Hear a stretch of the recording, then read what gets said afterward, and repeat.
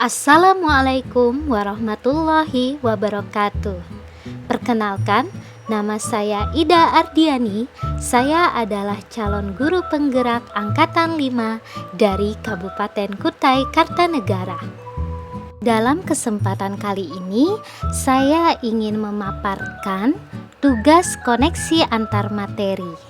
Tugas ini memiliki tujuan peserta mampu membuat kesimpulan dan refleksi pengetahuan dan pengalaman baru yang dipelajari dari pemikiran Ki Hajar Dewantara.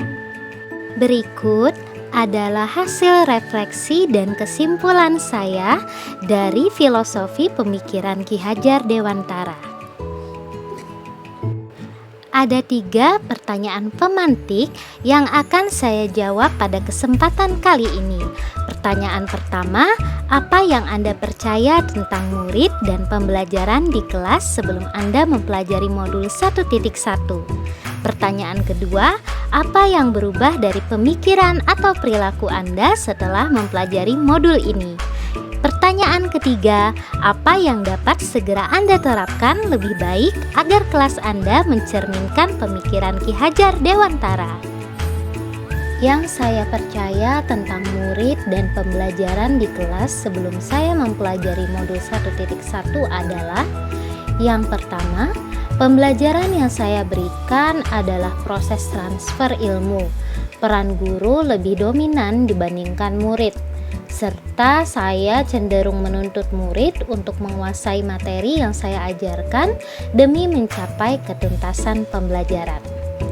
Yang kedua, saya sering mengeluhkan nilai murid yang rendah karena soal-soal evaluasi yang saya berikan cenderung mudah menurut saya, dan saya merasa bahwa murid saya malas belajar.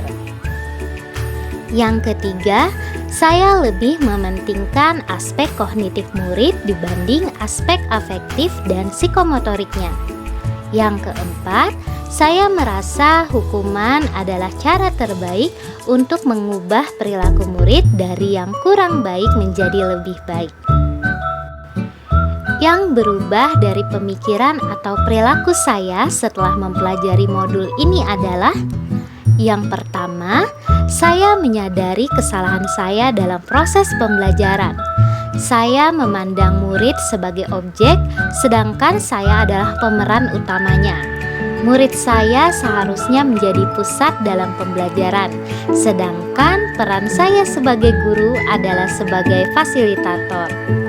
Yang kedua, sebagai guru, saya harus lebih cermat dalam melihat bakat murid.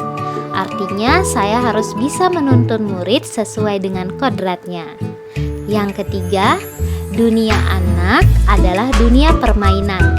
Seharusnya proses pembelajaran yang dibangun selayaknya seperti dunia permainan yang membahagiakan anak. Dengan kata lain, merdeka belajar. Yang keempat, saya tidak lagi mementingkan aspek kognitif murid saja, tetapi juga menebalkan aspek afektif dan psikomotorik. Yang kelima, sebagai guru, saya seharusnya tidak berhenti belajar untuk menjadi teladan yang baik serta menciptakan pembelajaran yang menarik dan menyenangkan. Yang keenam, hukuman bukanlah cara terbaik mengubah perilaku murid. Memberikan contoh teladan serta mengingatkan dengan santun adalah cara terbaik agar dapat menyentuh hati anak. Yang segera saya terapkan lebih baik agar kelas saya mencerminkan pemikiran Ki Hajar Dewantara adalah: yang pertama, saya akan membuat kesepakatan kelas agar murid merasa nyaman serta melatih anak bertanggung jawab atas komitmen yang telah dibuat bersama. Yang kedua, saya akan menciptakan interaksi yang baik kepada murid dan menjadikan murid sebagai pusat dalam pembelajaran. Yang ketiga adalah saya merancang pembelajaran yang menyenangkan. Yang keempat, saya akan mengembangkan pendidikan karakter dengan melakukan pembiasaan terhadap murid berupa sopan santun, tegur sapa, gotong royong, empati, serta mandiri agar murid bisa menerapkannya baik di sekolah maupun di rumahnya masing-masing.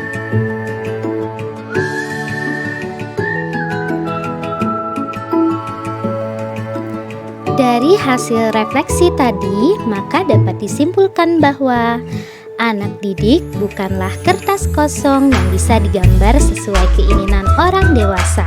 Pendidikan seyogyanya dapat memenuhi semua aspek yang dibutuhkan anak didik untuk mengembangkan potensi dirinya. Dengan kata lain, pendidik harus dapat menuntun anak didik sesuai dengan kodratnya.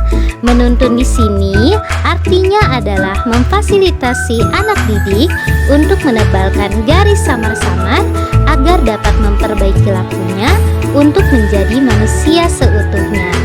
Pendidik seharusnya memberikan kebebasan pada anak untuk mengembangkan ide, kreativitas, bakat atau minat, dengan kata lain merdeka belajar. Namun, pendidik tetap harus menuntun dan memberikan arahan agar anak didik tidak kehilangan arah dan tujuannya.